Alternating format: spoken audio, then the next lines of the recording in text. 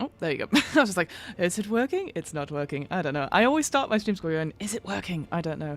Hello, everyone. My name is Fiona. I use she, her pronouns, and I'm the host of What Am I Rolling, a twice-monthly RPG one-shot podcast.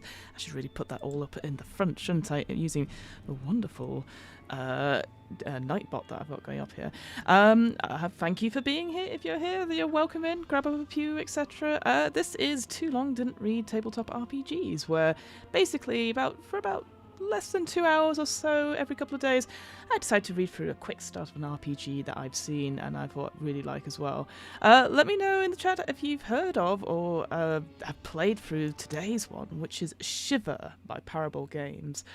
Shiver, I will say before, we have recorded a one-shot for Where, which hopefully will be coming out in the next couple of months when I get around to properly editing it. But it is a horror tabletop RPG now. If anyone here who's been watching a couple of these or been listening to it, you know that I'm a massive horror fan. And when I first heard about Shiver, about last year at UK Games Expo, I was like, this sounds incredible as a game. And I obviously got to interview Charlie Mendez, who is the one of the designers behind it, and they've got a few other games coming out as well. They've recently, as in the last couple of months, so they did like a Game Found campaign, I think that's what it's called, where they funded 2 different types of starter kits for Shiver. One which was more sort of blockbuster theme, so if you think of like horror stories, horror in quotation marks, sort of like Honey, I Shrunk the Kids, etc. And then they had a slasher themed starter kit, which is all very much like Friday the 13th, all that sort of thing, Camp Fear, etc. Because, as we will go on to discover, horror can be many things to many different kinds of people. And when I talked to Charlie about why did they create Shiver, it was like, well, we wanted a horror game that it doesn't matter what era it's in, it doesn't matter what genre of horror or subgenre of horror it is, this system can cater for it, which I thought was really, really cool and really, really interesting. That's all I had to say on it at the front. Let me go over to my next scene. Whoop, there we go. So this is the website. You can check it out, parablegames.co.uk, and you can get all sorts of stuff here. So that is obviously the main rule set there you can get. Shiver Stories is a collection of sort of one-shot type scenarios that you could play through for using the Shiver rulebooks. Shiver Gothic, I will go on to like what the different bundles you can get, obviously with PDF and also physical copies as well, but Shiver Gothic is actually their first horror setting, and I can highly recommend checking that out. I had a quick look myself when I was looking through some stuff for Curse of Strahd campaign that I'm running currently, and there's some really good stuff in there, some really like juicy stuff. The key thing to note though, I'll move it over a little bit so people can see. Have I locked it? No, I've just moved the wrong thing. And I'll zoom in a little bit as well. Is the dice. So the dice pack you can sort of see there. They're called archetype dice. It's a special kind of dice created for this system.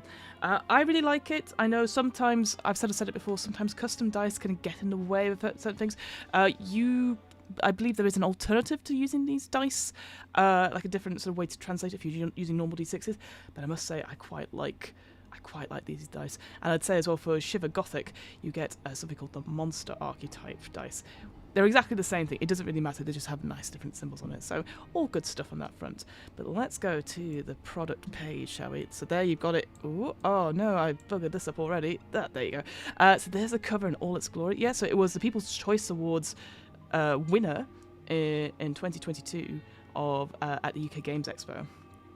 And let's have a quick read. And there's some stuff here about the sort of layouts of. So this is what I was talking about. So the artist Ben Alexander again has spoken about it at sort of great length about the different kinds of artwork you see there in the layout stuff. So this sort of artwork is supposed to evoke all kinds of horror style. You can't be like, oh yes, this is definitely set horror in the 1800s, or this is futuristic horror, etc. So there's some, like you can see where they get the themes from. So sort of with the different TV shows. So here's you've got a bit like almost like Stranger Things, but you also have stuff like Call of Cthulhu there, which is pretty cool as well. Yeah, and there you go. There's books. There's some of the dice there, the D6s. So yeah, you have D6 type dice and you have D8 type dice as well. And a few more bits and pieces there so you can have a quick look-see. So let's have a read. I think I'm going to move this over to here so we can all have a read together. And I might just enhance a little bit. I will say, God, some of this stuff, having to read it, it's just, ugh. I mean, in the sense of it, it's just small writing. So, everything you need to create memorable stories in your favourite worlds. Winner of the best RPG at UK Games Expo. I'll also say, before I forget, they're actually up for some any categories. This current Ennies are happening, I think, this week, next week, for their best setting for Spire Home, so that's the Shiver Gothic book they've got, but also best cover art for Shiver, which we kind of saw a little bit of. Here it is, this one here. How gorgeous is that? They do have, if you ever spot them at cons, they're at all sorts of cons, they'll be at MSCM, all these different places. They do have limited prints as well. They're not on their shop, so we'd go check that out because it's pretty cool, no? That stunning art there. But what is Shiver?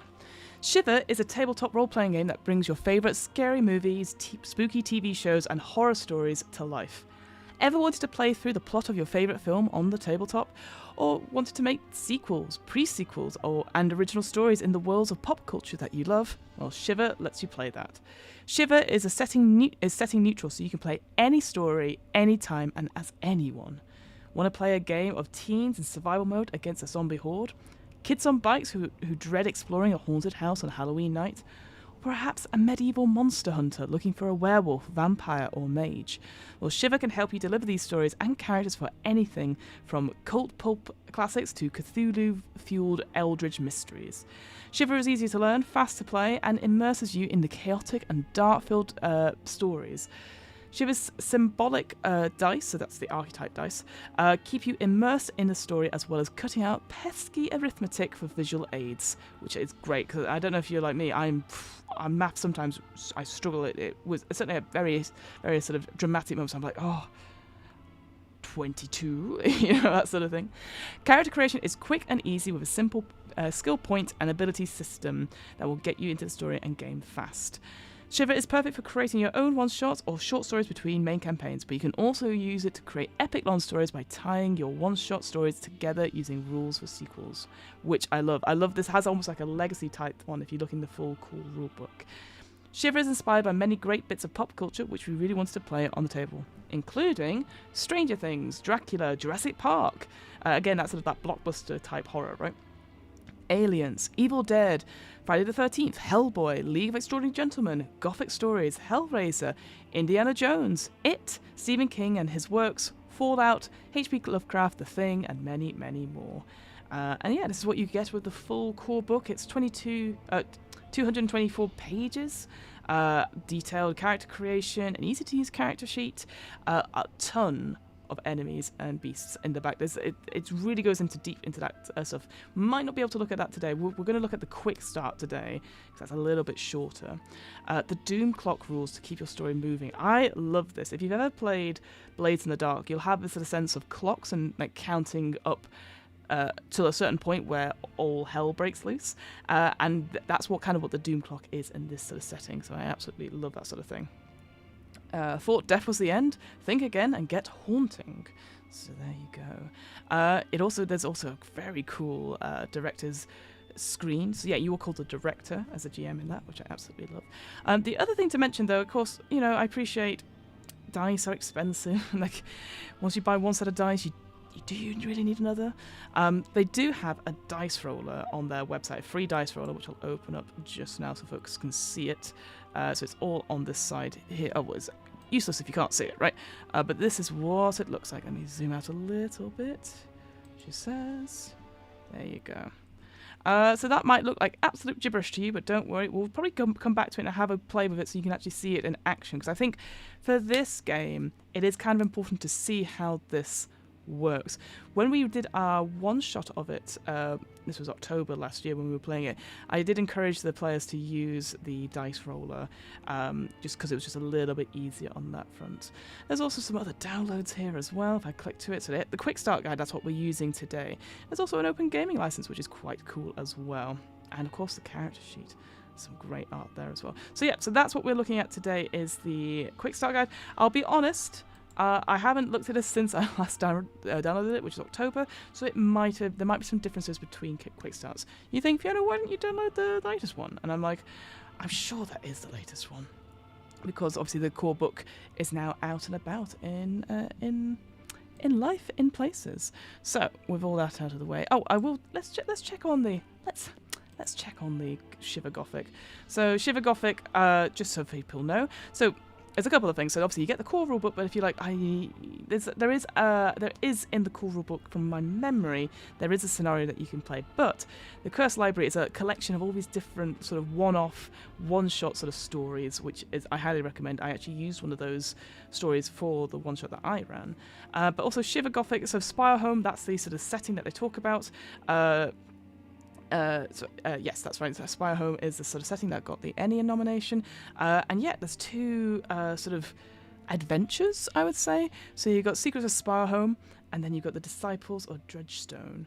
And you can just see a little bit. You might guess that first one is about vampires. You'd be right. And then Dredgestone is all about, I believe, like rats and rat kings. You can sort of see their eyes appearing there. Very, very cool. Highly recommend.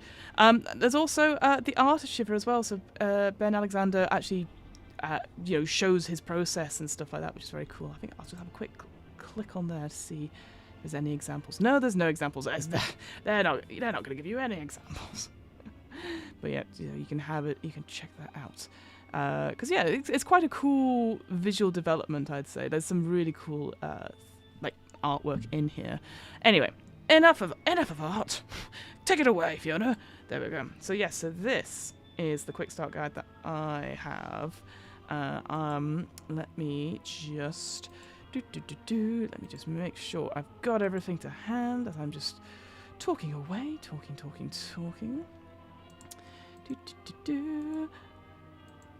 Music's good, isn't it? I should mention that the music is by Travis Savoya, RPG music maker on on YouTube. It also has a Patreon, which you can use. It's very happy for you to use his music as long as you credit it, which is always very, very important. You must always credit where you get it from. I'm just now looking through. I was like, these are really nice things. It's not what I needed to top. There you go. Downloads is what I wanted to check. Let's see. Yep, that is fine. Cool. All right. With all that out of the way, and without me sort of stalling for time, let's look at Shiver. So this was the quick start guide that came out when the Kickstarter went live. So we've got Shiver, Role-Playing Tales and the Strange Unknown. You've got this beautiful thing there. This quick start, I will say, is 46 pages long. So your usual sort of standard, or at least this PDF is.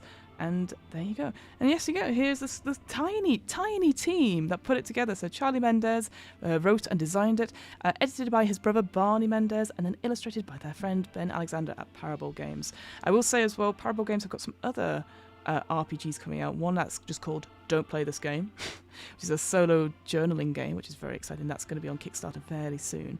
But I also know that they've got a few other things in the pipeline for Shiver because, well, they have built quite a solid game. So, and I would agree with that from playing it through. Also would say that it's quite nice that this PDF is, for me, I prefer white text on black. Would not print it out though. So it would have been nice if there was like a text-only version of this so that people can print out, especially when it's quick starts, you know what it is. But yes, so let's see. We've got the introduction, which sort of gives you an overview of the game, quite nice and short, about roughly a page, what the cool skills are, the dice system itself, so the difference between the skill dice, which is that D6, and the talent dice, which is those D8s. Then we've got lifelines, so talking about your health, etc. The two modes of play you can have, so Survivor and Nightmare mode, which I love. Doom clocks, I was sort of talking about that a little bit earlier. I think that's one thing I really, really enjoy about the system. Combat, we have to talk about combat at some point with critical hits, etc. The archetypes, so these are the types of characters that you sort of, the character trees you sort of build around what kind of character you want to play in the game. And what I really liked about those archetypes is that if you were like, okay, I want to build a person that is a bit like Ripley from Aliens, well, there's an archetype that fits that particular character. And it has skills to go up on various skill trees, so that's really, really cool on that front. Then we've got the character sheet halfway through, followed by running the game, combat and enemies, corporate rises. So that is this scenario that you get in the game, which takes up the rest of it. So it's roughly about 10 or so chapters, quite short. We won't go into that quick start per se, because that will be spoiling it a little bit. But you can see there all the different things, like how to use it. Doom events, those are linked to that Doom clock I mentioned earlier, and various sort of events that are happening going on the way up there.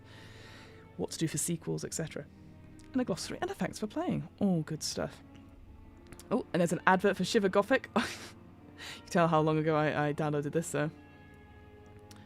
And yeah, so of course you have to first of all, with any quick start, advertise your other games. I mean, I don't berate them for that at all, because like obviously you know if you've got it out on Kickstarter, then why wouldn't you put it elsewhere? Here we go. Oh, and instantly we go for black text on white. Excellent. Well, each their own, right? I don't know if you can tell. There's like almost like crinkled paper, or like almost like writing behind, like almost like that. Interior art style underneath, so you can tell like maybe it's something else was written here, perhaps, certainly over this bit. I don't know if you can see it well on the overlay, but anyway, doesn't matter. I'm zooming in because my eyes are rubbish as always. I will say, not that anybody asked, I am going for an eye test on Friday. I think it's just because I look at screens all day and I need better glasses in general. I wear contacts, but I've not updated my prescription for a few years, so maybe it's time for a check-in. So I'm gonna get this seen out. Anyway, welcome to Shiver, a role-playing game all about storytelling in worlds of horror and mystery. In Shiver, some players will take on the role of a classic archetype, exploring the story as it unfolds. Whether that be escaping the clutches of a relentless killer as a group of hapless teens, monster hunters delving into ancient crypts, or exploring an alien planet with hungry inhabitants, the choice is up to you. This quick start guide will provide you with all the information you need to pick a character archetype that's right for you, and provide a brief overview of how to play the game. Some of the rules and the process and the character creation have been condensed to get you playing quickly. Now that's what I like. I like it being very transparent about like how to create characters.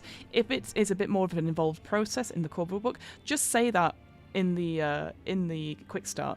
Like, even if you're going to give us free gens, I think it'd be nice. It's always nice to have like a little bit saying like, okay, if you want to create your own character, here's the 5 steps you do it. It's actually 12 steps in the main book, but we just condensed it down for you. I think just saying something like that is just really, really important, just so you're not kidding people out of it, because especially if you wanted to translate any pre-gen character or any character that you've created for a quick start into a full campaign, you're like, oh, am I missing something as a result? Just food for thought. An overview of the game. The aim of Shiver is to have fun as you explore and create compelling stories together with other players. Shiver offers both a structure to these stories and a way for players to forge them together, with characters of their own making. Whether they are victorious and survive their adventures, or perish in some dark or grisly fashion, is up to them. In Shiver, each player creates their own character and teams up with other players to rally against the dark forces at work in your story. Characters can fight terrifying monsters, discover dark secrets, solve puzzles, and anything you can imagine. The players' archetypes don't have to be anything at all like the people who are playing them. It is often more of an enjoyable and rewarding experience for players to create characters entirely different to themselves. Play the dumb jock or the creepy janitor. Really get into the character and have fun with it.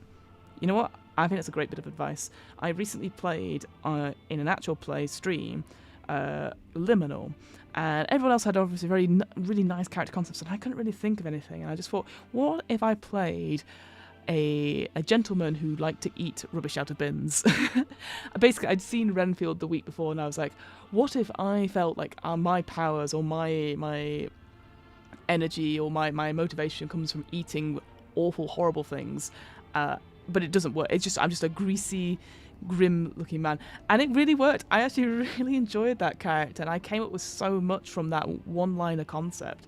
So I 100% agree with that. Like, going out of your comfort zone, playing something different to you, and because it doesn't matter if you get it wrong, because obviously that's your interpretation of it, right? A game of Shiver is like your favourite horror movie. The movie starts, the characters are introduced, bonds are formed, and a mystery or threat is presented. The characters rally together to solve the mystery or defeat the monster, but like in many films, not everyone will survive the night. The risk of characters reaching a grisly end is a constant threat whilst playing Shiver. Your characters may have special skills, but are still, in brackets, usually human after all. The director. Hooray for a really cool title. I know yesterday we had the director of operations for the troubleshooters, but now we're just like, the director. One player takes on the role of the director, who acts as the story's architect, working together with the players to explore the world. The director creates the stories for the characters, guiding them in their journey as they overcome its challenges and dangers, and decide which paths they wish to explore. The director also acts as a referee of sorts, making sure the rules of the game are adhered to and determines the results of the characters' actions, narrating what happens to them. Sorry, I have to zoom up for that bit. Will the players break into the old mansion? Will explore the cemetery and find a key, or discover a way in through the basement? The director can improvise and react to what the players attempt, making Shiver a constantly shifting, flexible experience, where each story is different and each encounter is exciting, terrifying, and unexpected. New to role-playing games? No. But it gives you a little bit of briefing about what happens. Again, I'll just go over the sort of cliff notes for this. Step 1, the director describes the environment. It's sort of a broad brush scope of what options present themselves. The players describe how they wish to proceed, so that interaction with the environment, depending on how well the director has done it. And then, presumably, depending on if there's any risk involved in that action, they'll roll a skill check using their skill check dice and possibly some talent dice when we get to it. And then the director narrates the result of the player's actions. Obviously, they don't, again, maybe this is not clear per se with quite a lot of role-playing games, but you don't always have to roll dice to get a result. You know, if something's super easy, don't roll for it. If something is impossible, you can say that it's going to be really tricky to try. What are they doing that would make it, like, I'm always interested in justifying an interesting solution to things, and then, you know, setting the DC and being clear about it, because, you know, you want to reward players for thinking outside the box, even if something doesn't work. At least they've had a go, and they're not just like, you're not just being party pooper DM, like, no. That sort of advice comes with the when you've got riddles or puzzles that need a solution, right? You should have one solution on your thing that should work, but if they come up with something even better, let them roll for it, because that's cool. It's a bit like, sorry, I'm going off a bit of a tangent now, but like, I can imagine that sort of thinking when you're doing puzzles or when you're doing riddles, like that. If anyone's here has played Codenames, the board game, that cooperative board game, I really love it. I'm terrible at it, but it's that kind of thinking that you apply to puzzles and stuff, and I'm always a big fan of it.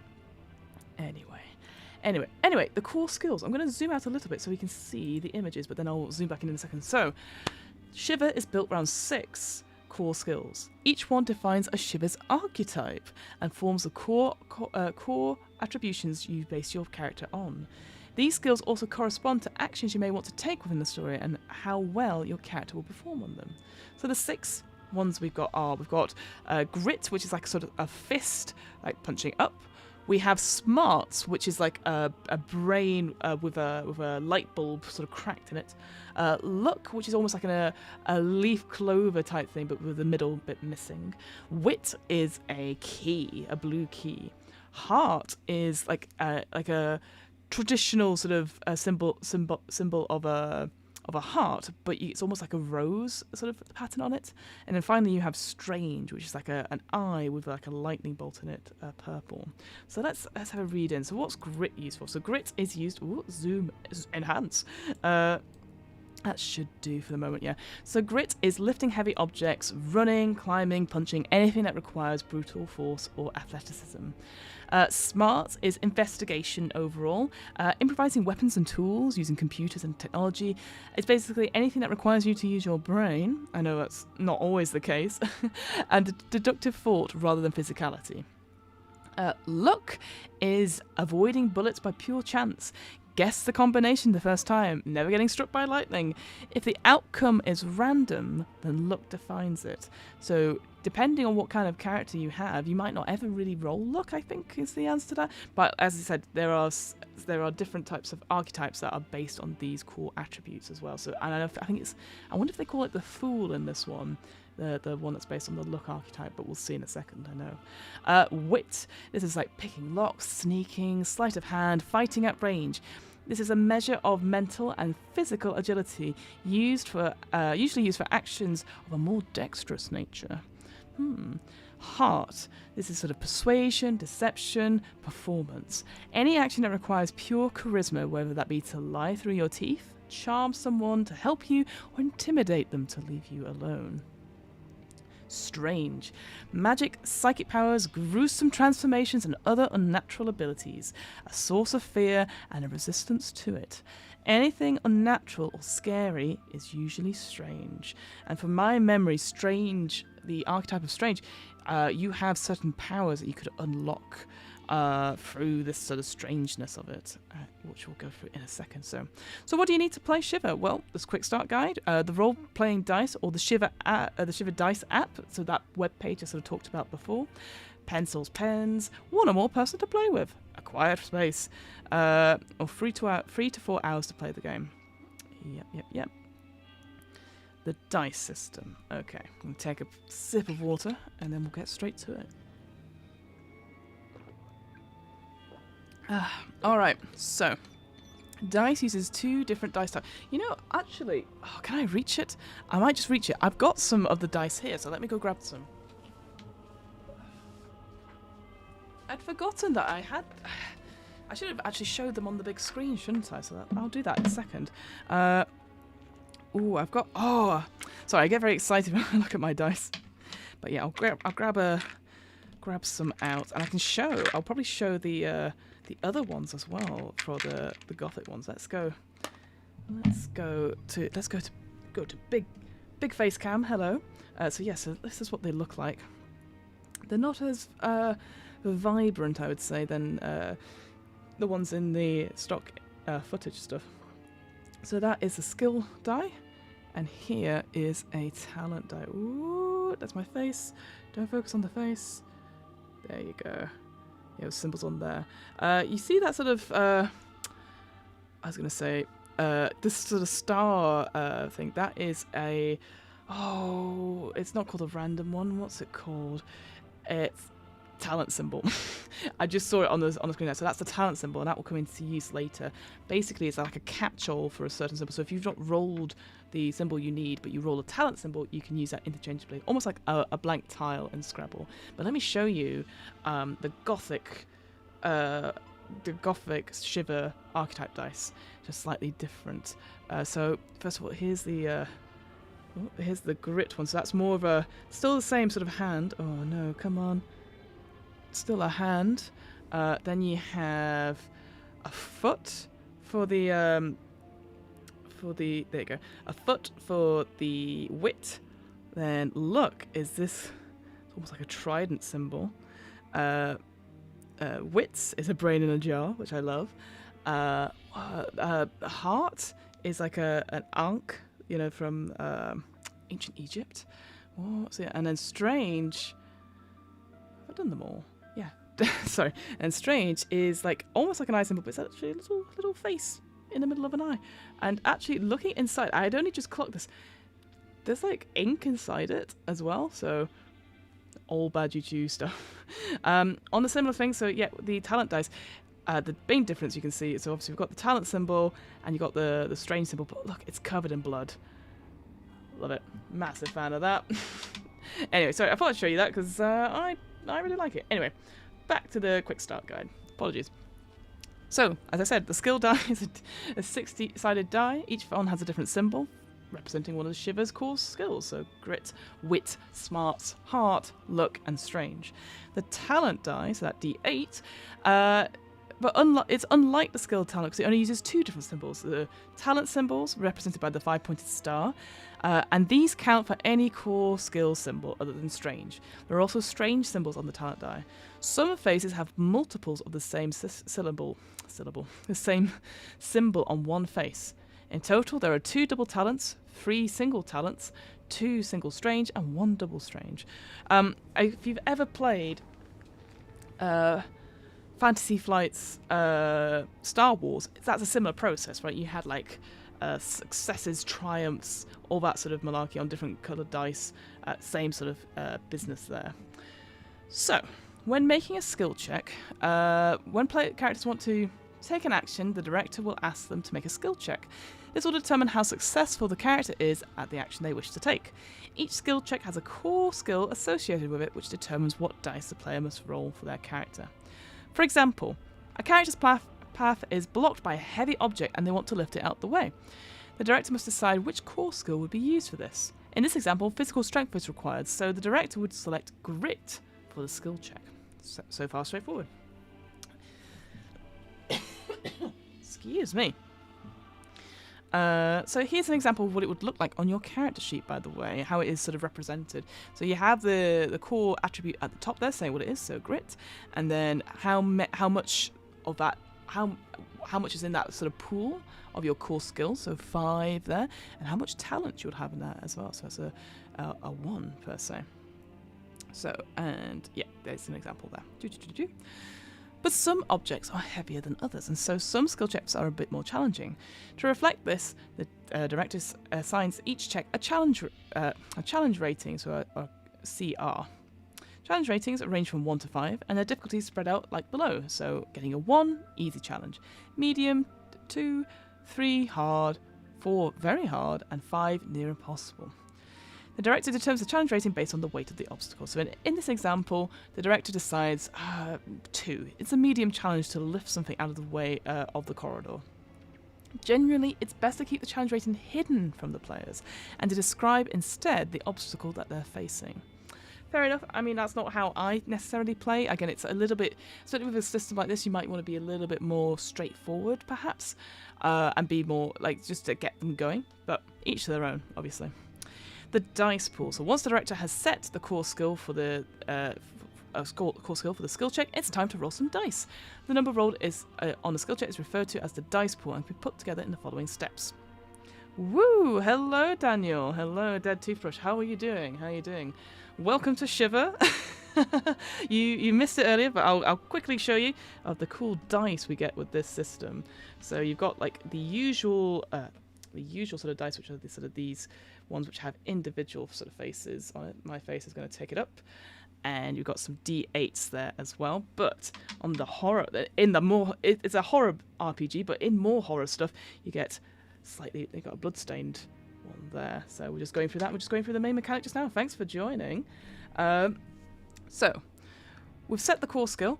It's time to roll some dice. So the number is referred to the dice pool. So we'll see how many skill points that your character has in the chosen core skill and add that number together.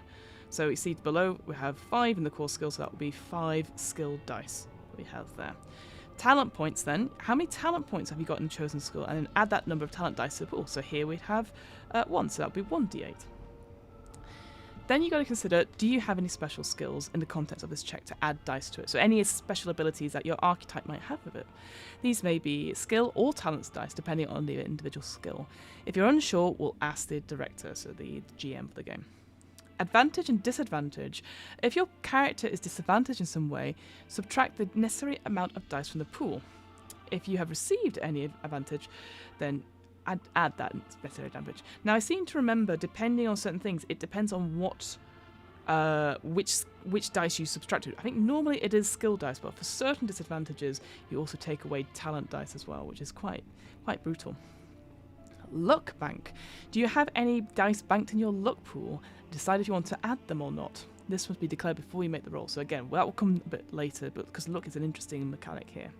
And then finally, fear status. Check that your character's fear status and make sure you alter the pool accordingly. So yeah, again, these are like the conditions on top of that. So it's a lot to think about at first. So not only do you have like your skill die, your talent die, if you've got an ability, advantage or disadvantage in general, And you're going to add your luck. And how scared are you? All right, now you can roll. That sort of 6-step process there. It gets easier as you go on, and also the director will help you with this. Once you've done these steps, you're ready to roll your dice pool and see what the outcome is. To succeed in a skill check, you must roll a number of core skill symbols of the specific type greater than or equal to the challenge rating of the skill. So, in the heavy object example that we talked about earlier, the player would roll their grit dice and would need 2 or more grit symbols. So that was the sort of hand punching up symbol to come up to be in order to be successful.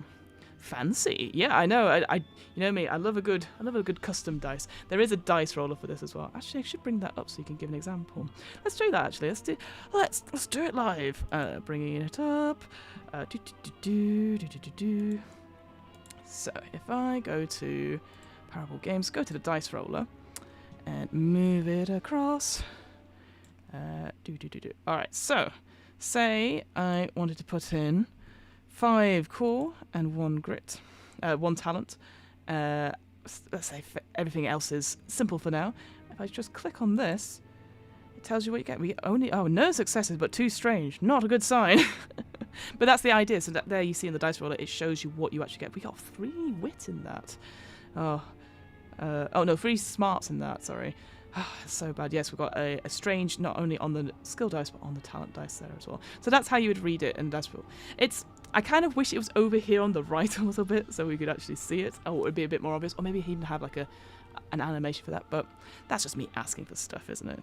Stop asking, Fiona. You're not going to get it. Just keep it simple, keep it simple. Failure.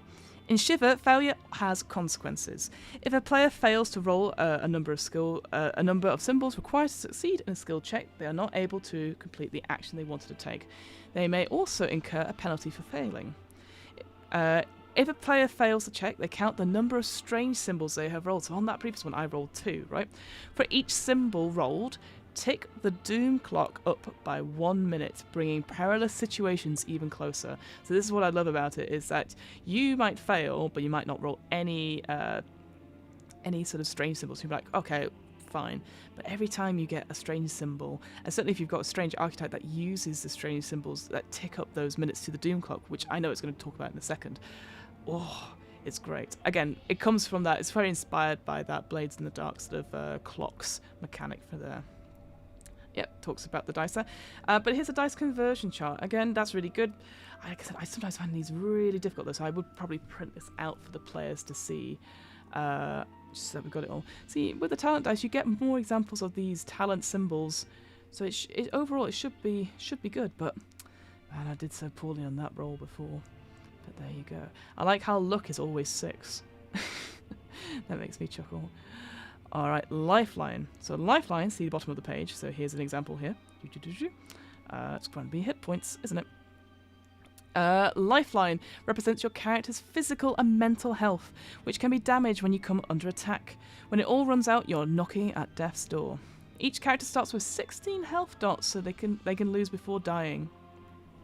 Wounds. Damage taken by a character is expressed as a wound on their lifeline. This is represented by marking it with an X. See below. So there's an example there. They're marked left to right. Fair enough. I mean, it makes sense because you've got the different conditions there. Excuse me.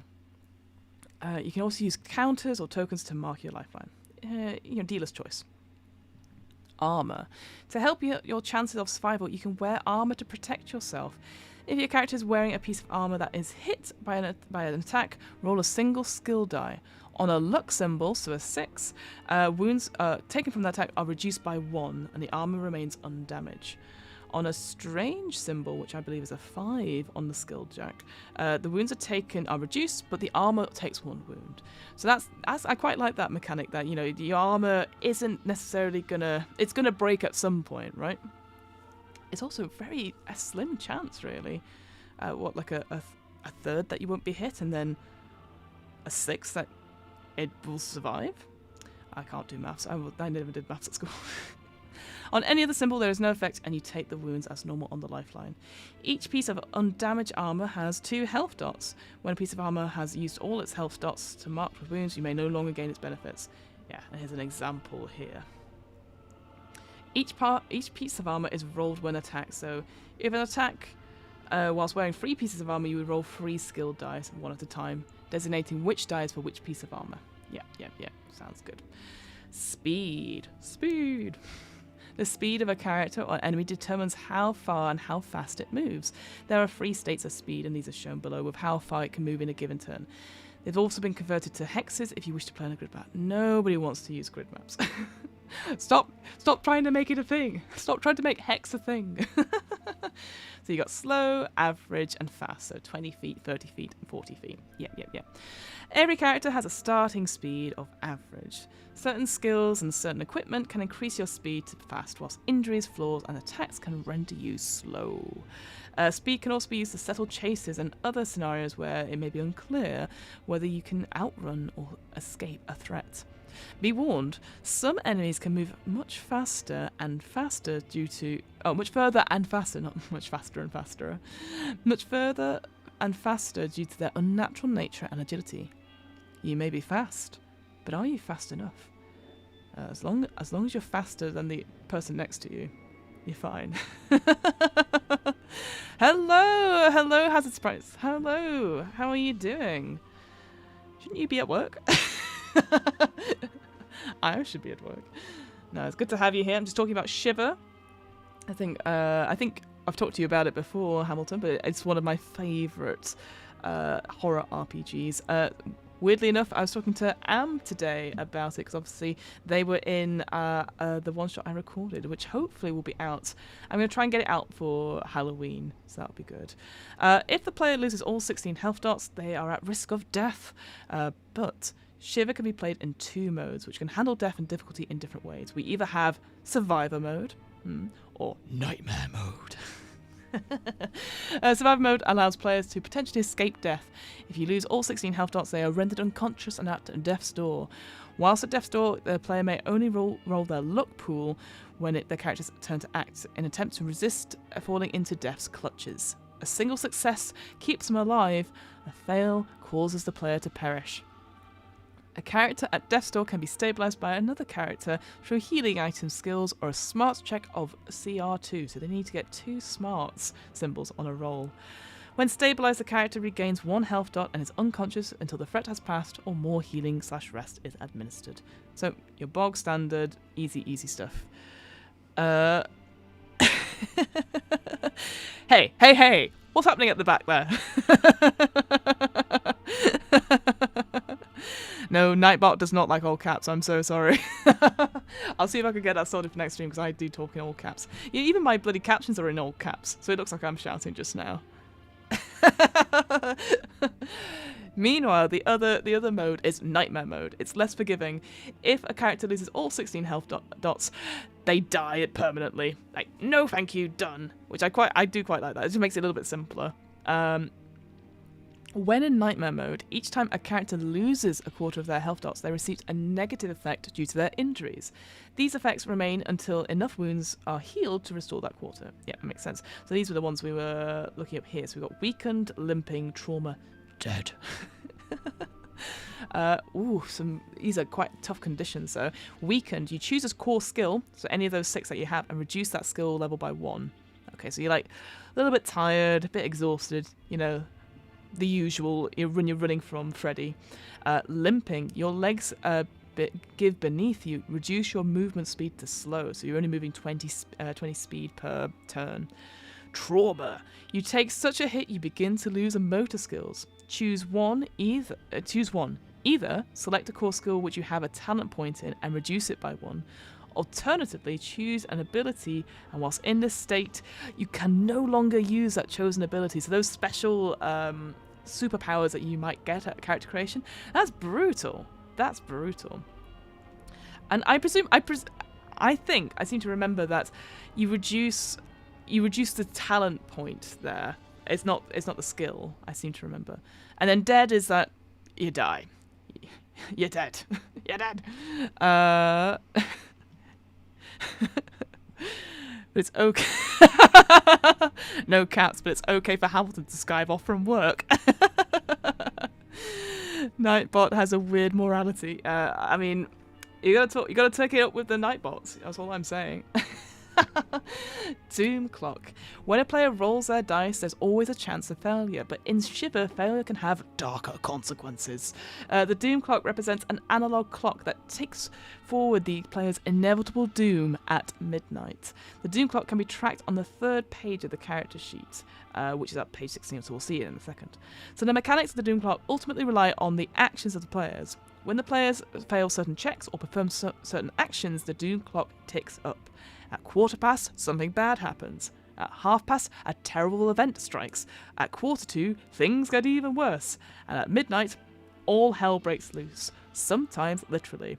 What I love in some of the scenarios in the Cursed Library book, it gives examples of events that can happen at those 3 points, so you're not struggling to come up with stuff on the fly, which I absolutely love. And like those events will have mechanical things. So like the one I seem to remember at 1/4 for us was like, oh, there's a fog, so all your wits.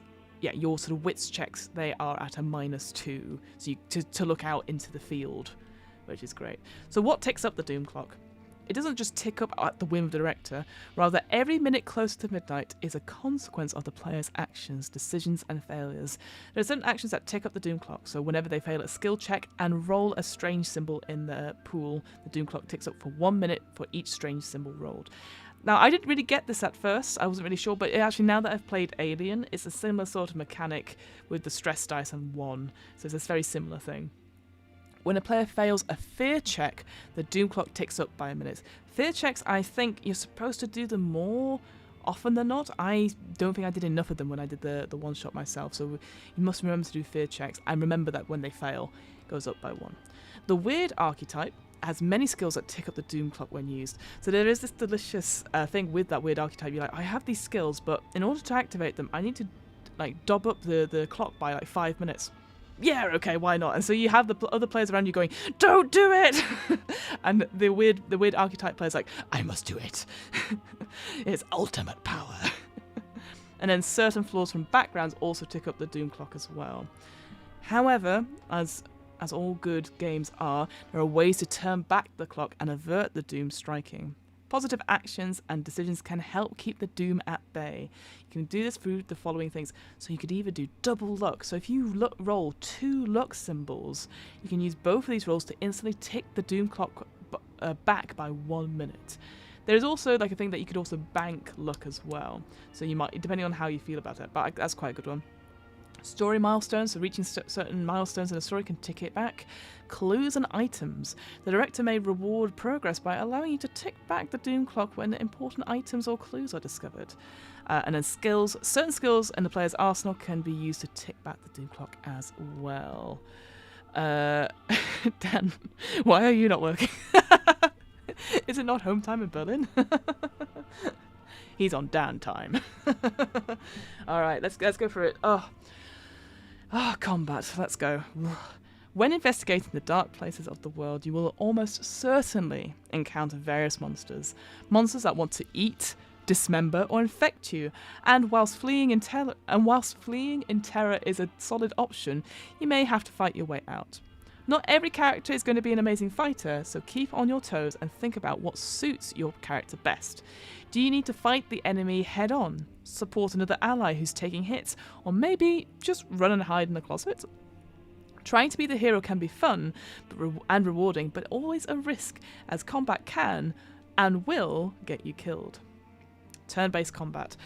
The best combat plays out. The way combat plays out can be chaotic and messy, and it's up to the director to keep things in order. Why is it always me? For the more flowing combats and chases, there are more expansive rules in the core rulebook, which, yeah, I remember it was just more like a give and take sort of thing, from what I remember. Like, all right, who wants to go next? That sort of thing, rather than roll in any particular order. Actually, I don't think it's order, and I think it is just your speed, which you'll say in a second. But generally, we advise using turn-based combat to keep things simple. When combat starts, depending on the context and your speed, the director will assign you one of 3 states to determine where you go in combat. If you fall within one of these 3 states as a group, you must decide your own order. Yeah, I like that. So you're not going, oh, you go first because you've got a +2. It can be flexible between rounds. So the 3 states are first, middle, last. First, you get to act first in combat. This could be a great advantage as you can get in an early hit and set a plan in motion. This is usually determined whether you have been surprised and what your speed is. Middle. If you don't have a reason to be leading the charge or anything holding you back, you may end up in the middle. Last, if someone is injured, at disadvantage, or just straight up slow, leave them. They'll often be placed last. This is the worst place to be. Okay, so when in combat, you have 3 main action types you can take. They may take up to each one of your type per turn, unless otherwise stated. These are move, attack, interact.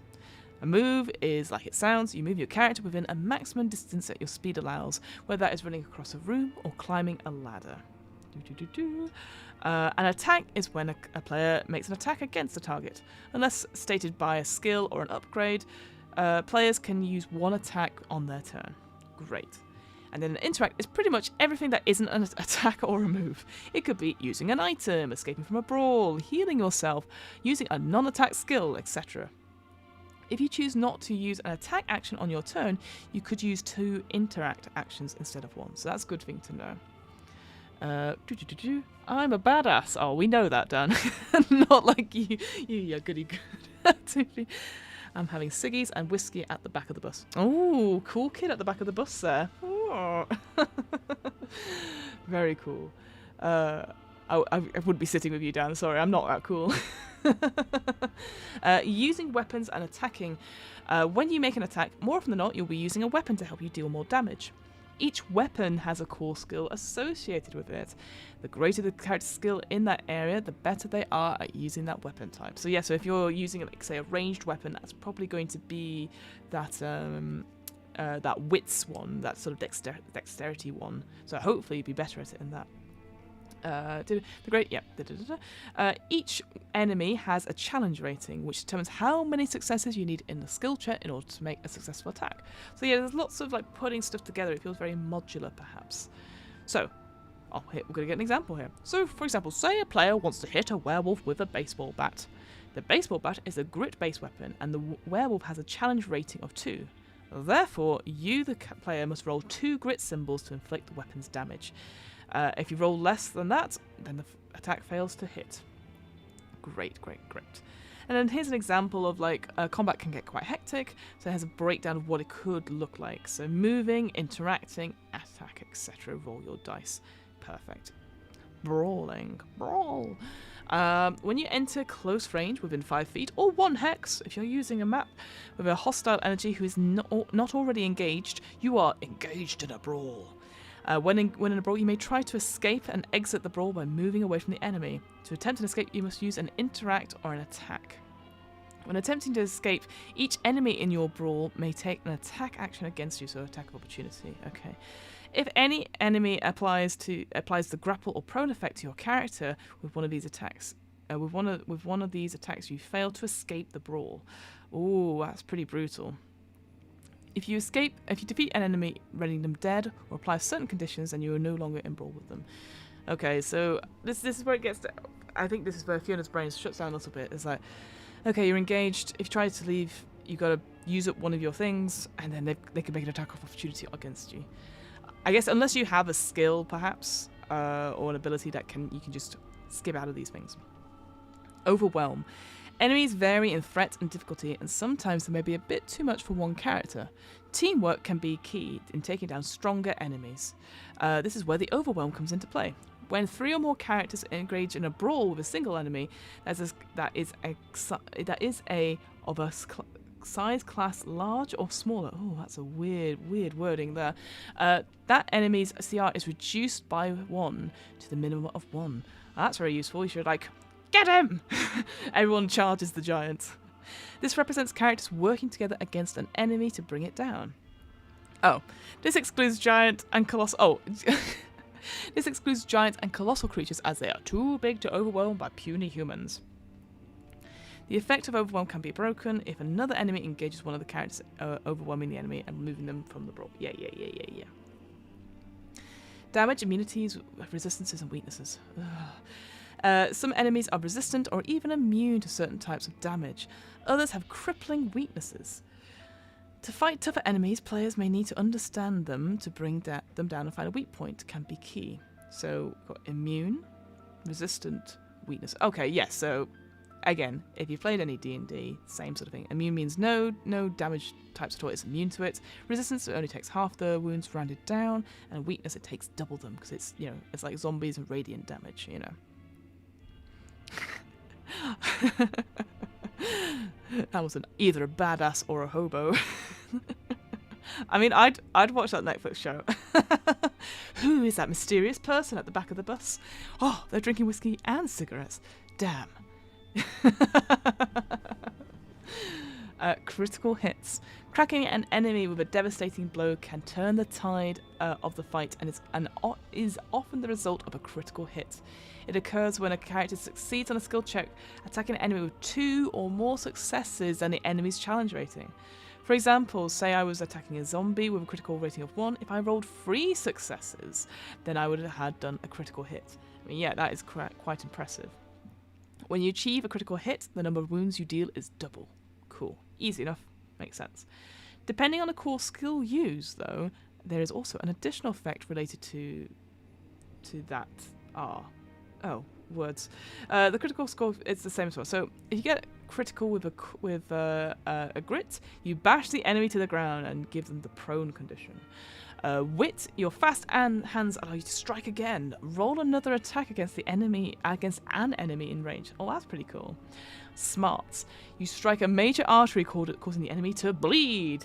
Add an extra room to your attack as bleed damage. I seem to remember that bleed damage again over the rounds. It just gets worse and worse. It just continues. Heart, if you get critical success on a heart, your success fills you with confidence and you are steeled until your next turn.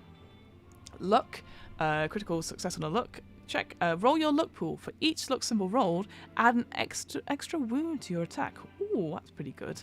And then finally, strange, terrifying forces radiate out from you. The damaged enemy becomes terrified.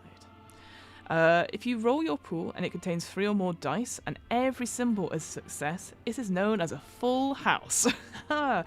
These are rare but always amazing. The amount of wounds you deal is tripled, and the core skill effects also take place. Yeah, you need to have that out printed somewhere because that's something easily forgotten. Oh, but I like that full house. But every symbol has to be a success. That must be so rare.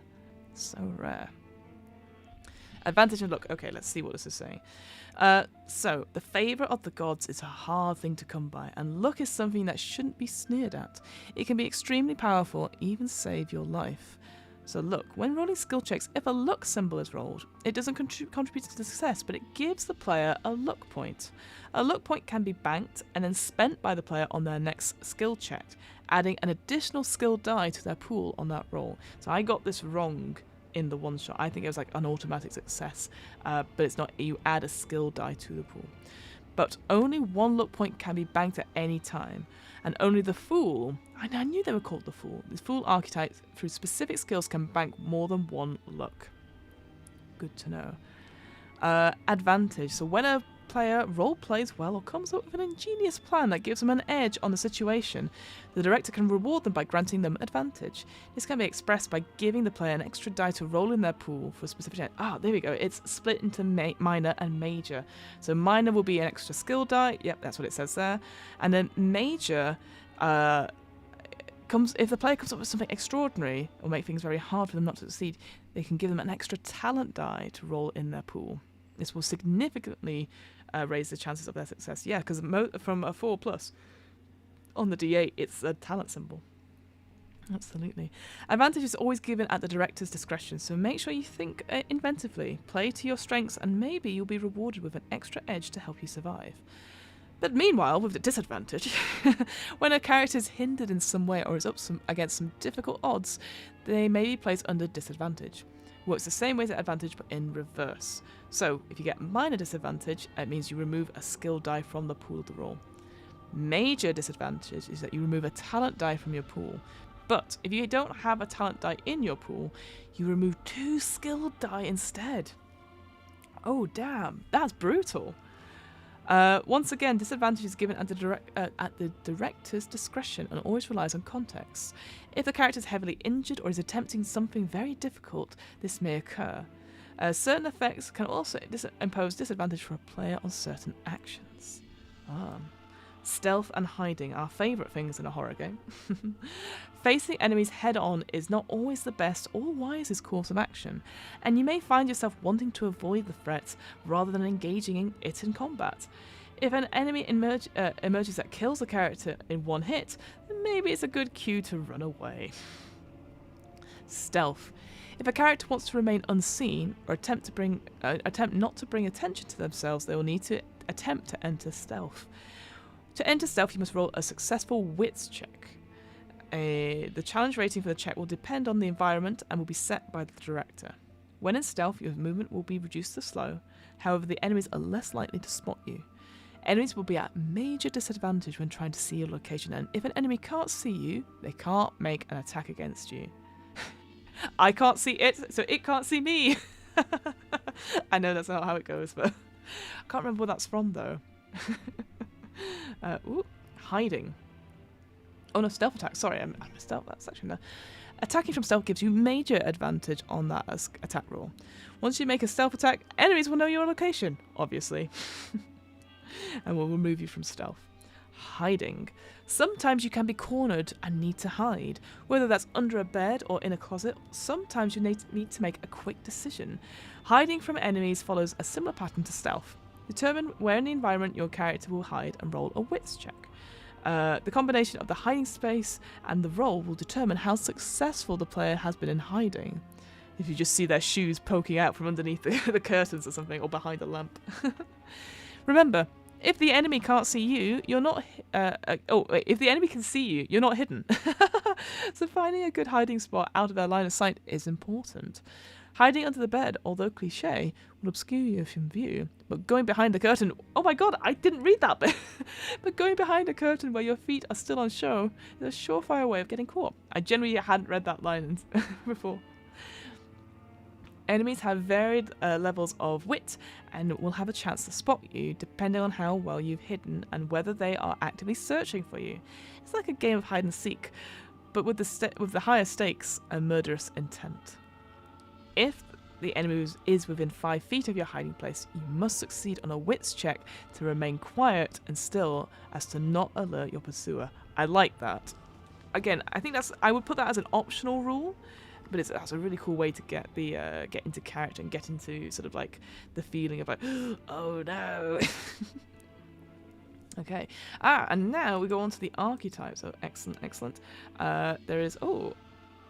There's 7, of course, because the talent symbol also has one. Well, so these are what I appreciate. I've zoomed out a little bit just to show you them all in thing, but we'll go in detail in a second. So this is what I really love about Shiver is that when I spoke to Charlie when we did our interview, he talked about like they had like a huge wall of post-it notes, and then they made lots of like they would put on bits of paper like characters from famous horror films. So I gave the example of Ripley earlier, but like say I don't know, if you wanted to play the final girl in the Freddy series, or Nightmare on Elm Street and all that sort of thing, Evil Dead.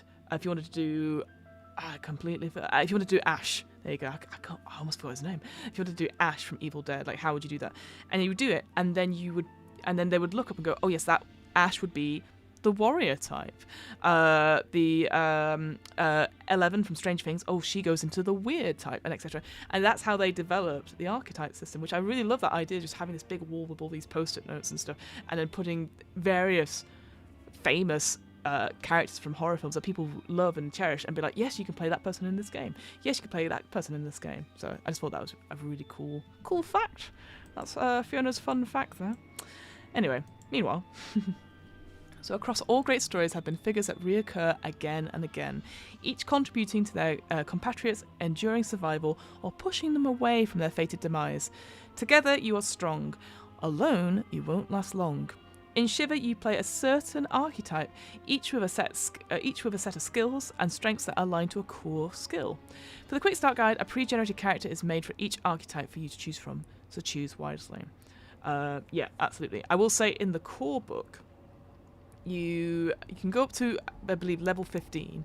And what that means is that each of these archetypes, they have character trees. So you'll have, like, say the warrior one, it splits off into 3, and you can 3 different sort of subgenres of what the warrior is, like a defender, I think, an attacker, protector, and something else, right?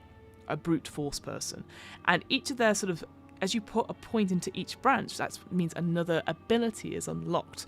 Or maybe the further up you go, you might be like, oh, and now I get a +2 to my grit, etc. And what's really cool is that it's very, very customizable in that sense of, like, you can have, I'm going to do a bit of a dip into protector, and a bit into attacker, or roughhouse, or whatever it's called. Which I love. And so ultimately you can get up to 15 points into this tree. So again, it's very much like a video game. Like, if you've ever played Fallout, is the one I always think of, but you know, Horizon Forbidden West, Forbidden Dawn, you know, all basically any RPG game where you spend a lot of time and customizing yourself. That's what it is. Elden Ring, that's the other one I couldn't remember just then. So let's see. So we have, out of the 7 archetypes, we have the warrior, from hand-fisted enforcers to all-star athletes. This archetype is all about feats of strength, being able to dole out a heavy hit and take one. For smarts, we have the scholar, master scientist, brilliant detective, technology expert. If there's a computer to hack or a crime to solve, this archetype can crack it. Wit is the maverick, daring thief, sneaky spy, death martial artist. This archetype is the most agile, focusing on moving quietly and acting swiftly to avoid harm. The socialite, which is heart. Perfect politician, inspiring preacher, sleazy salesman. Whether that be through kindness or fear, this archetype dominates in all social situations. The fool, which is with luck. The hapless mascot, the stumbling stoner, incompetent intern. This archetype has the luck in spades and makes up for their lack of any real skills. Brutal. The weird, experiment gone bad, alienated adoptees. Sorry, words are not my strong point. Suspicious shapeshifters. This archetype draws on the unnatural forces in the world, things that go bump in the night, but so do these characters. And finally, we had the survivor. So this is what I think is the final girl archetype. Grizzled veteran. Oh, fierce final girls. Unkillable cockroaches. This broad skill set can be an asset, but lacks a special skill which can be difficult. This archetype does one thing: survives. Love it. Love it, love it, love it.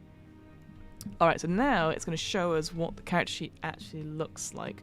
I quite like the character sheet. I think it's very straightforward. There is a couple of pages for it, though. I think it talks about the Doom Clock on page 3. So let's have a look what we get in it. So, character name, character level, all good. Yeah, this indicates your progression and how many ability points, that's what they call it, you have available to spend in the archetype trees that your character has access to. Appearance, yep. Skill point tracker. So at the top of the sheet you have, above your fear status is your skill point tracker. So that's what we saw before. This is where you keep tabs on how many dice you should be rolling in your dice pool for each specific core skill check. And that's the example. So top one, I think I've said this before, the top number there is your skill dice, and the bottom one is how many talent dice you have on it. You won't have talent dice in all of your skills. It depends on which archetype you've picked.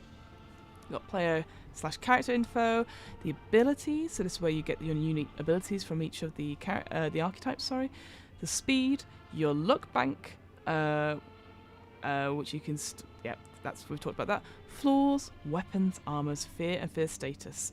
This area below the skill tracker allows you to note your character's fear and keep track of whether you are stable, afraid, or whatever. So here we go, here's what it looks like. It's gorgeous, isn't it? I really like it. So you can see here that normally you can only bank 1 luck, but obviously if you are the luck archetype, the fool, you can bank up to 3 there. It looks very straightforward, like at a glance. I don't think there's a necessary issue in that. I think you can download a form fillable version of this as well.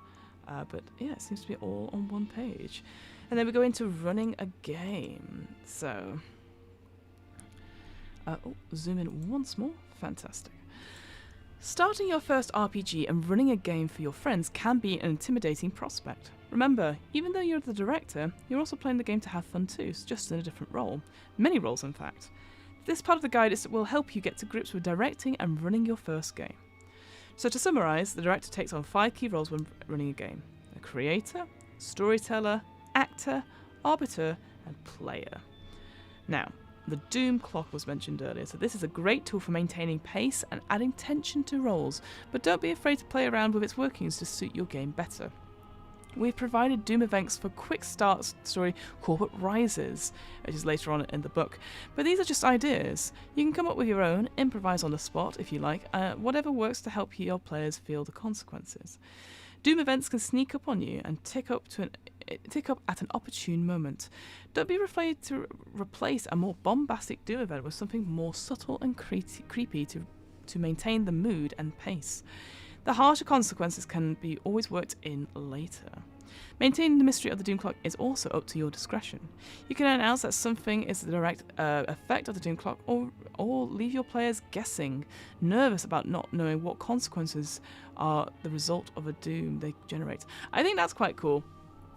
I know I always announce everything just because I forget otherwise, but I think keeping quiet about what time it is on the Doom clock, and only if they ask what time it is, and I can go, 17 minutes past, they would know.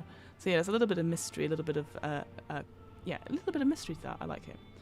Reading the knucklebones. So yes, these are the dice, the symbolic dice, the archetype dice.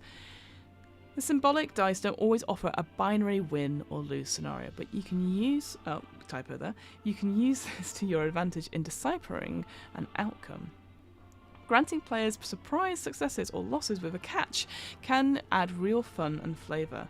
When players roll the dice, whether they succeed or fail, a good director should be aiming to use the roll to move the story forward no matter what the result. Yes, we were talking about this yesterday, weren't we?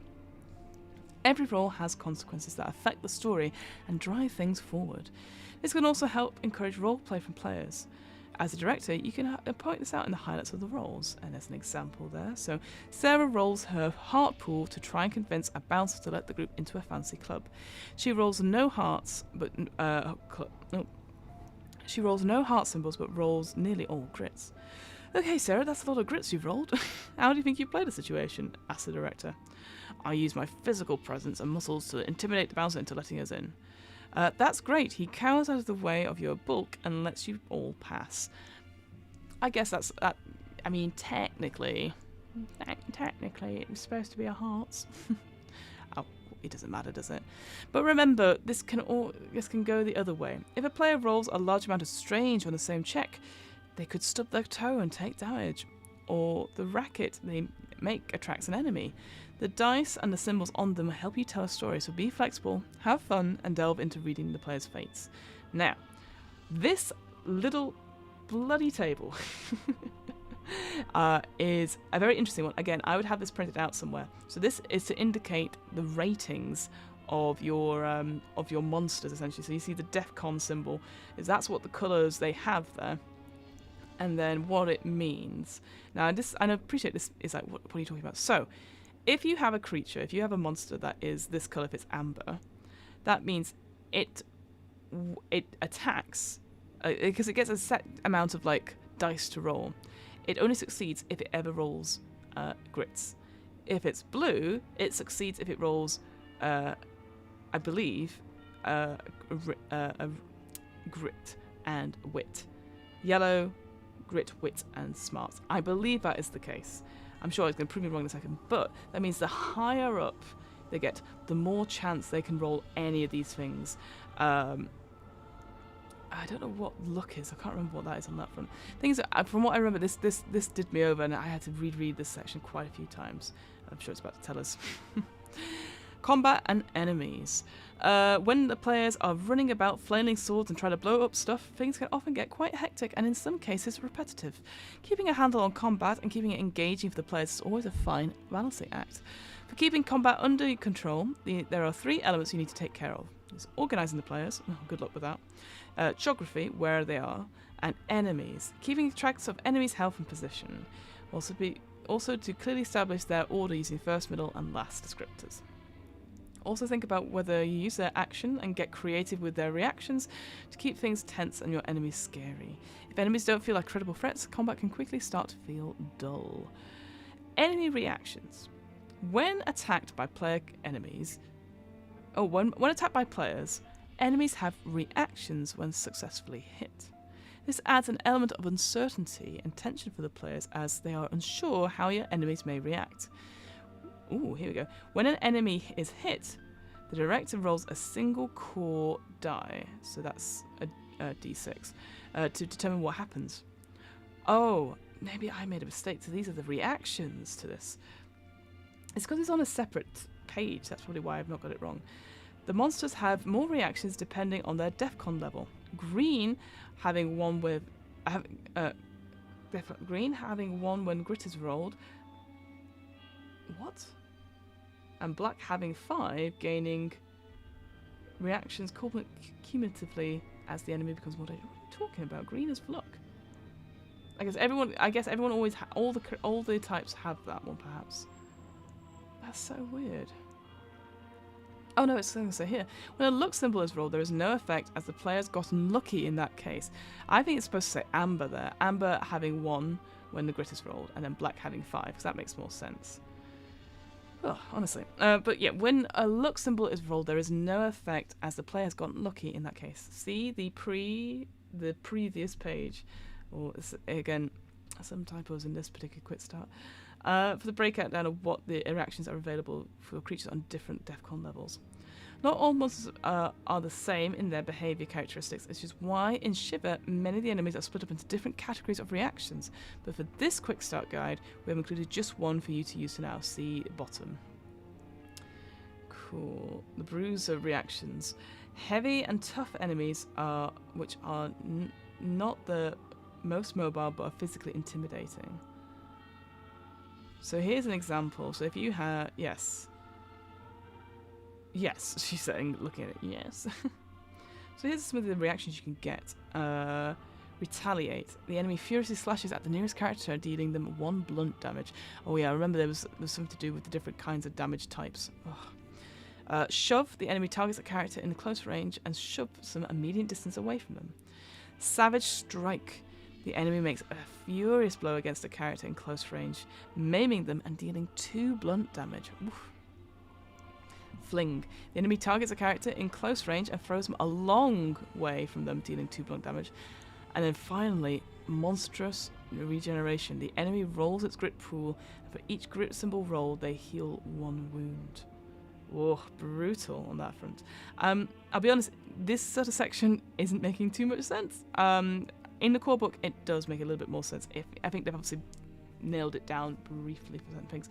But then it goes on to the Corporate Rises, which is their quick start one. So Night of the Living Dead, kind of inspired.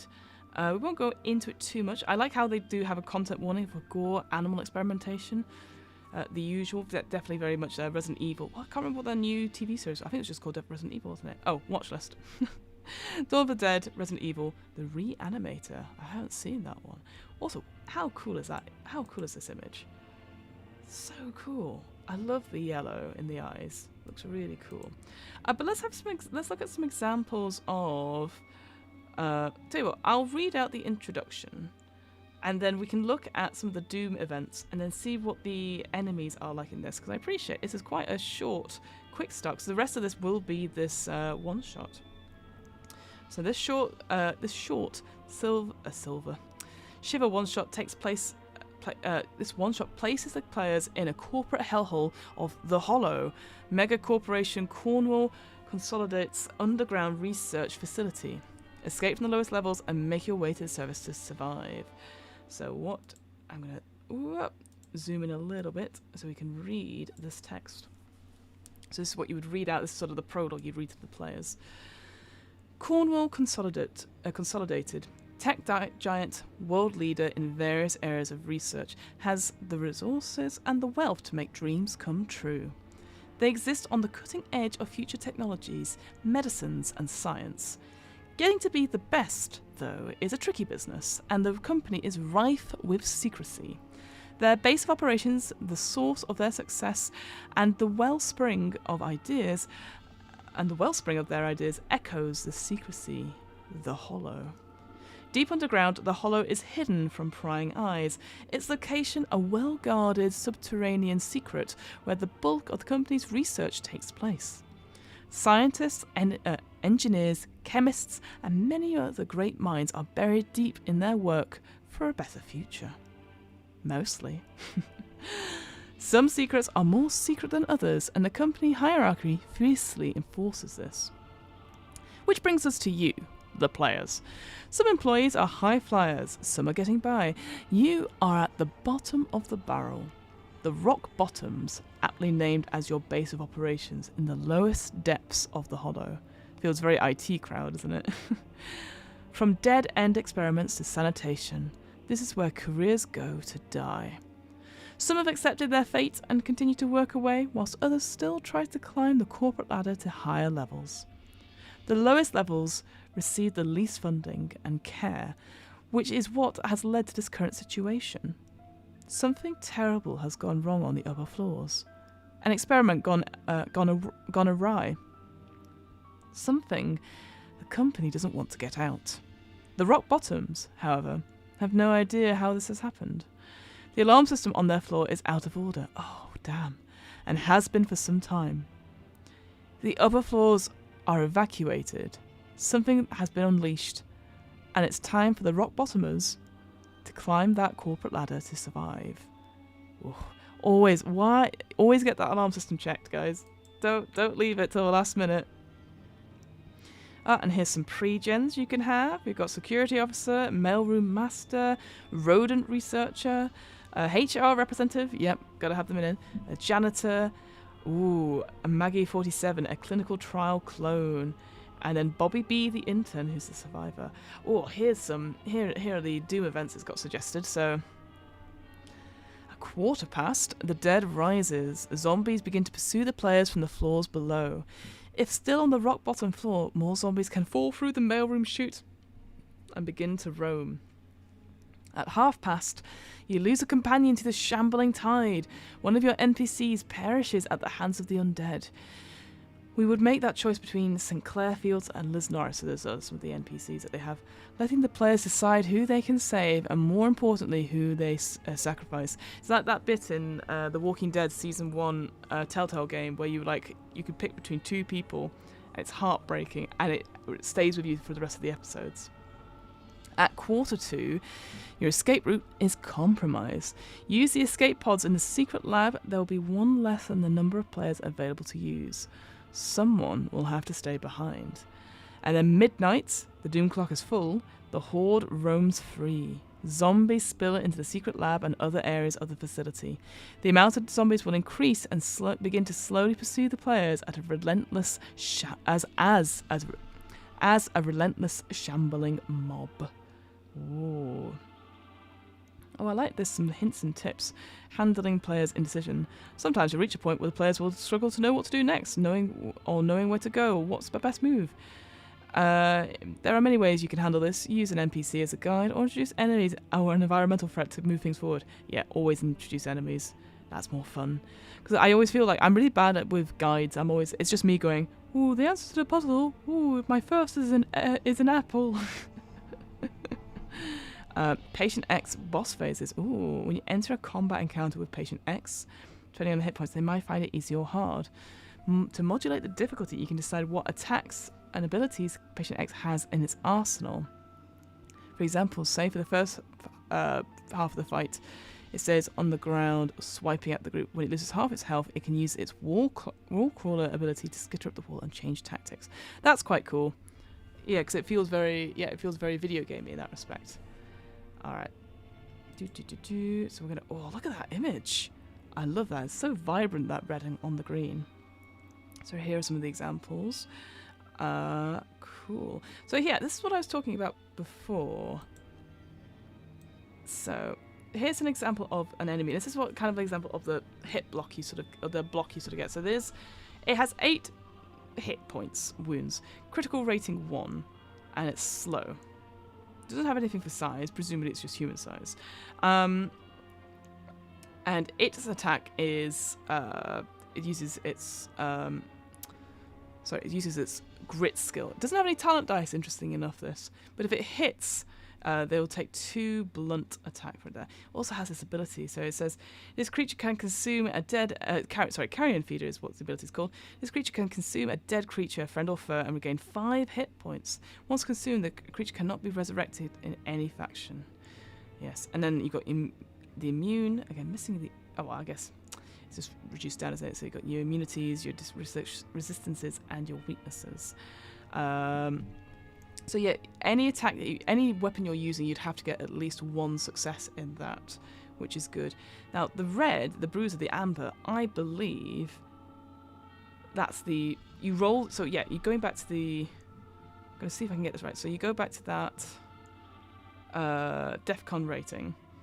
So you roll that the core die, and if you get that, you can do its retaliate action. So this is like an enemy furiously slashes at you and deals another blunt damage. So that's what you'd get for that one.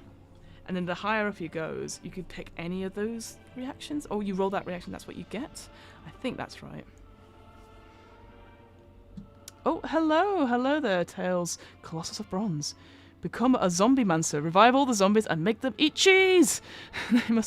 They must eat all the cheese and onions until they become French. Cool. Is that what you did in your game?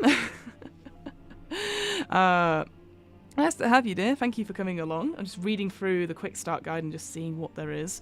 I'm just having a quick look through the quick start adventure, the Corporate Rises, but I'm not going to look at it too deeply because I don't want any spoilers. Look at that art there. Very, very cool. Tooling up, so some examples. So here's an example of a weapon that we've got here. So using the fire axe, so it will use your grit attack. So if you're going to hit that zombie from before, you would need 1 grit if you're using this, and if you hit, you would do 4 sharp damage to it as well. It doesn't actually say. It didn't actually say earlier like what the different types of damage meant. I know it does that in the core book, but just to know. But here, open sesame. Add a plus talent die to your dice pool when opening doors with this weapon. Oh, very good. I like that. And then you got a laser rifle. What's going on in this corporate research facility? So using wit. So again, if you're shooting that zombie, this will be 1 success on the wit. You get 5 piercing damage, and it's long, so you can be far away from it as well. But after a strike, you must use an action to reload it. So on your next one, you have to reload it before making a strike, and requires 2 hands. Yeah, so like, absolutely. Oh, and a stab-proof vest. That's always pretty useful.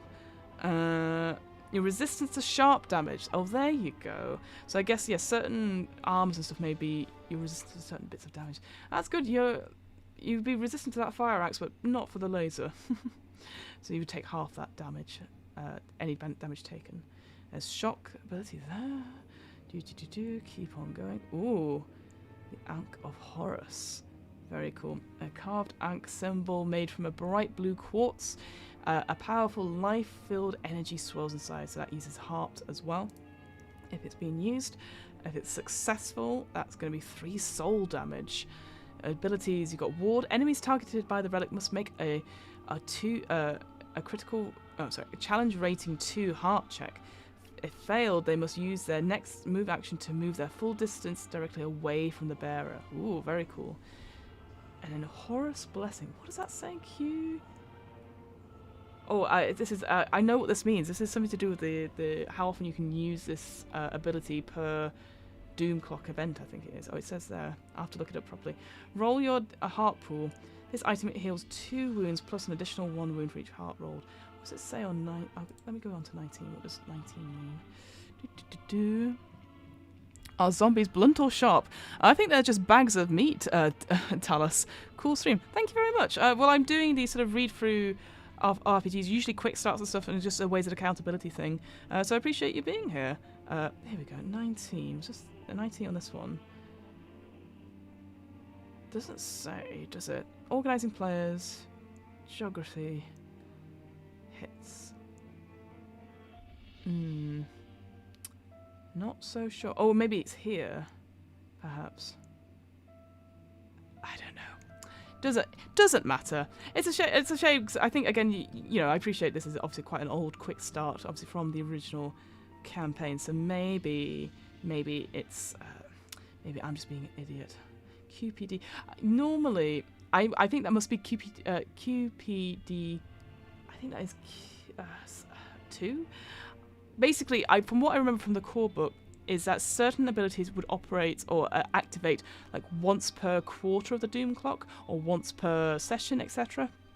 So presumably that's what it is. So you can't just constantly, smash this ability out, which makes sense. Oh, and a necklace of Anubis as well. That's very good. So yeah, you would have to double check. That's the only thing on that front.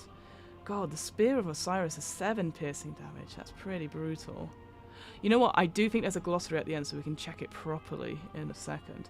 Ooh, Patient X, the Undead. So this is the big boss fight we have here. It's a yellow bruiser, so it will be able to take up to those 3 yellow. It will be able to take grit, wit, and smarts reactions that you do if it's hit. But the attacks, it's got Screech. The creature lets out an ear-piercing screech. All characters within medium range must roll a fear check of a CR1.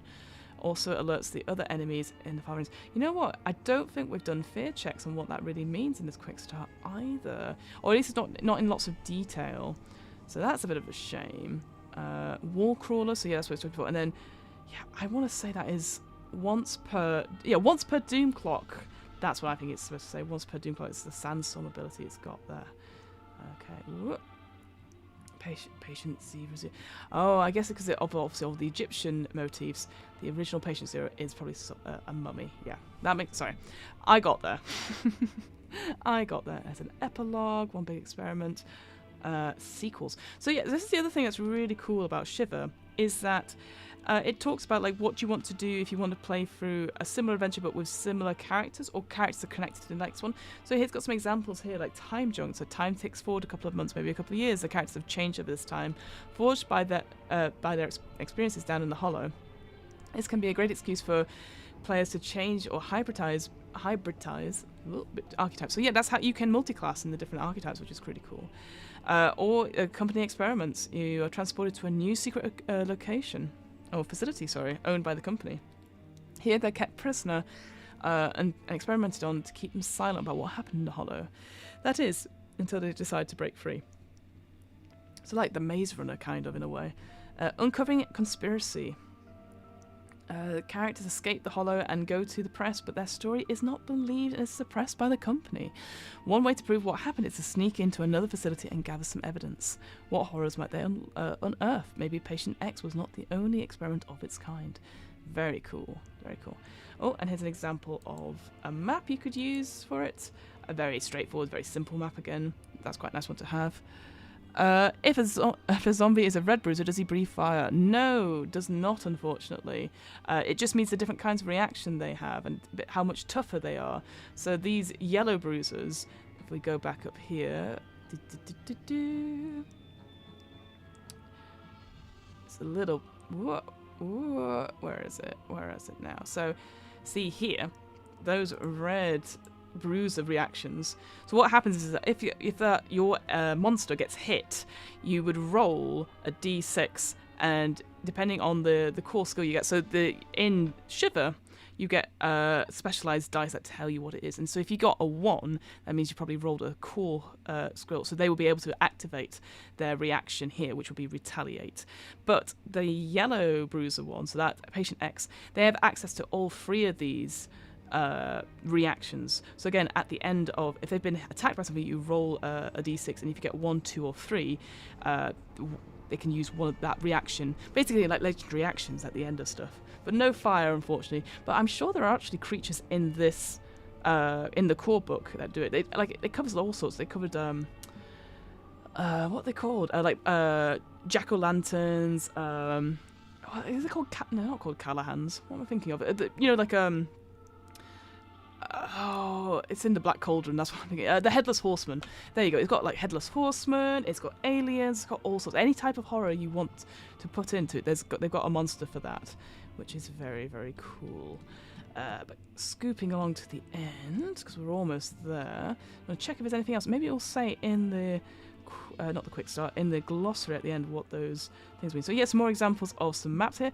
They're very sort of basic stuff, but I mean, wouldn't be surprised me if this was something made in a corporate like HR, to someone on word art trying to put it together. Patient X, containment, very good. And here's some examples of those pre-gens as well that are already set up, which is really nice. So yeah, so you can print those out. That's really good. Here's the glossary. Great. But already I can see that it doesn't say what it is. But so these are sort of effects that you can have on here. Sorry, Talus, I did not see you. I am new to D&D, day, night, day. So sorry if I don't understand. No, do not be sorry. Do not be sorry. This is why I'm doing these things. I'm reading through stuff. Oh, so he's like Superman. Yeah, so there's the higher up on that DEFCON rating, it's called, the different colours, the more powerful they can become. They're more powerful and much harder. They've probably got higher hit points and they've probably got more defences and more abilities and stuff. So yeah, don't be sorry. A zombie Superman. Yeah, imagine how terrifying that would be, right? So yeah, but don't be sorry. Don't be sorry. We're all here to learn. So it's all good. So through Shiver, certain effects can be inflicted upon the players and enemies alike. This section acts as a glossary for those effects and what it will do. Afraid. So you lose 1 core die for the thing. So I think that comes from your fear checks from my memory. Bleeding. They will take periodic damage as stated in the attack details. Yep. Crippled, reduced to slow, grappled. They must make a contested grit check with the grappler to break free. Yeah, the usual grappling. God, nobody likes grappling. Maimed is often is reduced to 10, so you're even slower than slow. Don't really like that word maimed though. It could be used better. I mean, they've already got crippled there. Slowed would probably be my go-to there. Paralyzed, can't move, speak, or make any actions. Prone is knocked to the ground. Steeled. When a target is steeled, their challenge rating is reached on. Oh, that's pretty good. Good. So yes, if you get an advantage and you succeed at it, then you can get steeled. So that's pretty good for you. Terrified. So yeah, I believe afraid and terrified come into the fear checks. That you go through those sort of stages. So yeah, so the first one for that afraid one, you lose 1 core score dice from any check, from their pool for any check, to a minimum of 1 until it's been lifted. For any, okay, so that's for any. Yeah, sorry, I said that twice there. Oh. Terrified means you lose 2 core dice from the pool to the minimum of 1, and then weakened, energy is drained, etc. Cool, and I think that is it. Thanks for playing. Just making sure we've got all the website stuff here. You can purchase the full. It's all linked in. Gotta love that. And there's a third-party license as well, which is really cool. So yeah, you can actually put out your own scenarios and stuff, which is really cool. Mangled instead of maimed. Yeah. I mean, it's a bit more. I guess it's a bit more intense that, right? But mangled, I think it's a great word. It's a great word to say. Yeah. I mean, I'm not really a game designer. But that's Shiver. That's the quick start rules for Shiver. So there you go. Overall, like I will say, I have played this game. I did a one-shot of it a little while ago. It's a little bit tricky to get your head around the different sort of like core abilities and stuff like that, but once you get into it, I really like it, and I think it's such a great system for telling any kind of horror story, whether it is like a zombie apocalypse happening, or if you want to do like a Stranger Things type thing, if you want to go out for full-blown horror, if you want to do that sort of blockbuster type ones, which are like Honey, I Shrunk the Kids, or Jurassic Park, for example. It's actually a really good system for all those sort of things, and I think it gets you into it. And I have played like Fantasy Flight's games is Star Wars RPGs, which uses a similar sort of thing, which has these sort of dice. I think I'll do it for yourself, Talos, because I appreciate you probably just arrived. But let me show you the actual dice that you get. So it is these sort of like customized dice symbols on it. So that's ones you roll. So yeah, so that's very good. I'll just quickly go back to the other screen, because then I can show you where you can... oh, no, don't do that. Game screen, there we go. But I will show you where you can get this book. Well, at least the quick start, guys. It's an example of the dice roller, so you don't even have to buy the dice. If you're not that sort of person, there's the dice roller there that I showed earlier. But let's go to the website. So yeah, you can find stuff on shiver.rpg.com. or Parable Games. I've put a link to it in the chat as well. You can try the demo. Like I said, I really enjoy it. They've got a nice little YouTube channel which does the different sort of dice mechanics, sort of puts it all out there. I love the artwork. I'm a big fan of it.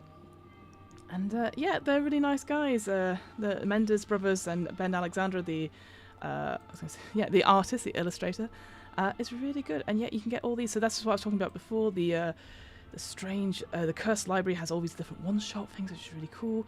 And then the Shiver Gothic setting, which has recently been nominated for Ennies, such as Best Setting and Best Artwork, or Best Cover Art, sorry. But that's it. I highly recommend checking them out. And certainly, if you're not so sure, if you don't want to spend all that money, I totally understand. But you can get, certainly... Oh, that's new. I've not seen that before. Sorry, I played Dr. Star. There are... like case files that you can get on like pay as you want on Drive-Thru-RPG as well, so you can just test those out. But I am not cold. Oh well. I see what you did there, Talos. Yes, don't be cold. Be very warm and chill. But yeah, that's all I have to say on that. Thank you for joining the stream. I very much appreciate it. If you're interested, I do a couple of these streams each week. Basically, I use it as a way to be accountable, to sort of read through new RPGs that I quite like, or reread stuff that's a quick start. Just give my sort of thoughts and views on what I like about it, what I don't like about it. Like for me, overall, I really love Shiver. I have played it. I think as a first time, if you're playing it for the first time or running it for the first time, taking your time with it as a game master, definitely using one of the scenarios that it gives you and playing with it. But I just everything about it, and I guess I am a bit biased as well because I do know the Menzies, the Parable Games team. Sorry, but if you're like, I want to know about other RPGs.